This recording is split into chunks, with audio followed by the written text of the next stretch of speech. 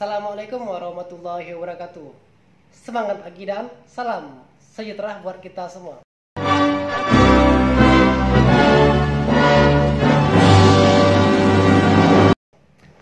Hari ini kita akan mempelajari dan memahami tentang konsep dasar yang menarik, yaitu tentang konsep dasar hak asasi manusia.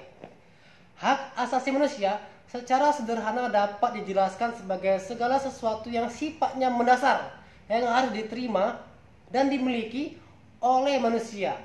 Dan lengkapnya lagi, menurut Undang-Undang Nomor 39 Tahun 1999, hak asasi manusia atau HAM adalah seperangkat hak yang melekat pada hakikat dan keberadaan manusia sebagai makhluk Tuhan yang Maha Esa dan merupakan anugerah yang wajib dihormati, dijunjung tinggi, dan dilindungi oleh negara, hukum, pemerintah, dan setiap orang demi kehormatan serta perlindungan harkat dan martabat manusia.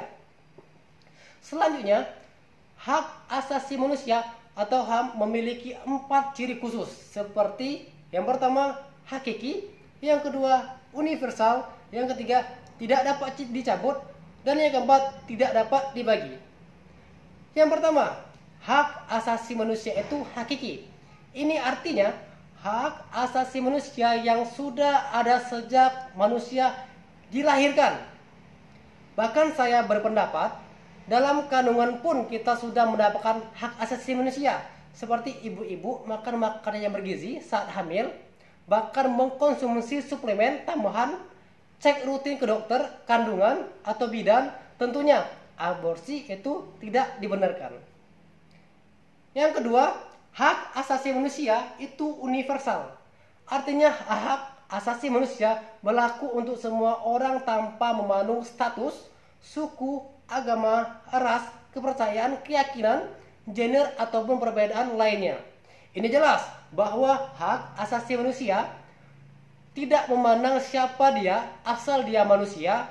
Hak dasar itu sudah melekat pada dirinya. Yang ketiga, hak asasi manusia itu tidak dapat dicabut. Artinya, hak asasi manusia itu tidak dapat dicabut atau diserahkan kepada pihak lain. Ini mengartikan bahwa hak asasi manusia itu sendiri melekat secara sempurna, secara mutlak pada manusia. Dan yang terakhir, yang keempat, hak asasi manusia itu tidak dapat dibagi.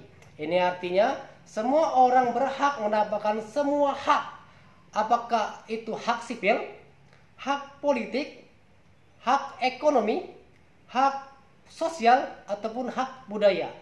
Tentang hak sipil, seperti hak hidup serta mempertahankan hidupannya, mendapatkan keamanan, serta status kewarganegaraannya. Hak politik, seperti hak atas kebebasan berpikir dan berpendapat, berkumpul, serta berserikat, serta hak dipilih ataupun hak untuk memilih. Hak ekonomi, seperti bekerja, mendapatkan upah yang layak, serta mendapatkan kesehatan yang baik. Selanjutnya, hak sosial, seperti mendapatkan jaminan sosial, pelayanan sosial, dan juga hidup bermasyarakat. Hak budaya, seperti pendidikan, pelestarian kebudayaan, serta menikmati kemajuan teknologi. Terus, ada 3 prinsip dasar hak asasi manusia, seperti yang pertama, prinsip keadilan atau equity. Yang kedua, prinsip martabat atau dignity. Yang ketiga, prinsip kemanusiaan atau humanity. Kita akan jelaskan satu persatu. Prinsip keadilan atau equity yang merujuk kepada kesetaraan antara manusia dengan manusia lain. Yang kedua, prinsip martabat atau dignity yang merujuk kepada penghormatan yang setinggi-tingginya kepada manusia lain. Yang ketiga, prinsip kemanusiaan atau humanity yang merujuk kepada manusia yang hidup memanusiakan manusia lainnya. Seperti itu, 3 prinsip dasar hak asasi manusia. Selanjutnya, tentu sangat banyak sekali kasus pelanggaran hak asasi manusia. Tentang pelanggaran, dan ada 2 faktor yang melatar belakangi pelanggaran tersebut, yaitu faktor internal dan juga faktor eksternal. Yang pertama tentang faktor internal, yaitu dorongan untuk melakukan pelanggaran hak asasi manusia yang berasal dari diri sendiri atau pelaku pelanggaran hak asasi manusia.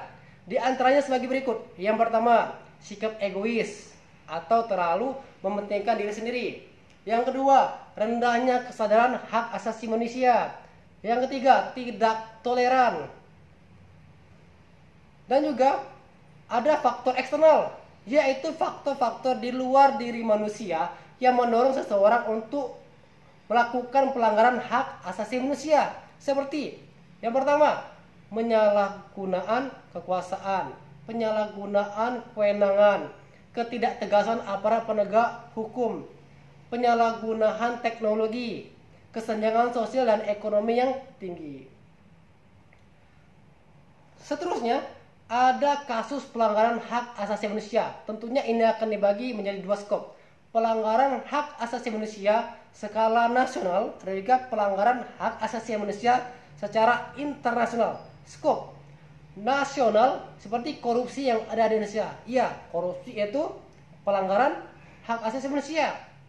Terus yang internasional, pencaplokan wilayah negara Palestina oleh Israel. Iya, pencaplokan yaitu penjajahan, dan penjajahan itu pelanggaran hak asasi manusia. Untuk upaya penegakan HAM atau hak asasi manusia dilakukan oleh pemerintah, seperti yang pertama, pembentukan Komnas HAM atau Komisi Nasional Hak Asasi Manusia. Yang kedua, pembentukan instrumen HAM seperti adanya undang-undang dasar, adanya undang-undang, adanya Perpu, adanya TAP MPR dan sebagainya lagi. Yang ketiga, pembentukan pengadilan HAM.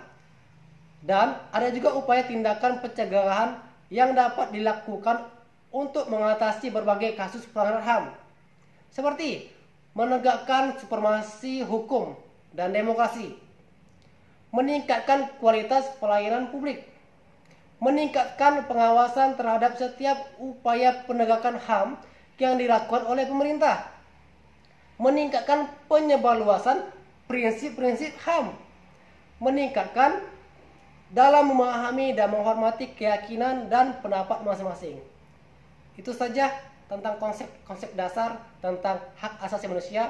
Jika ada yang salah silakan koreksi di kolom komentar.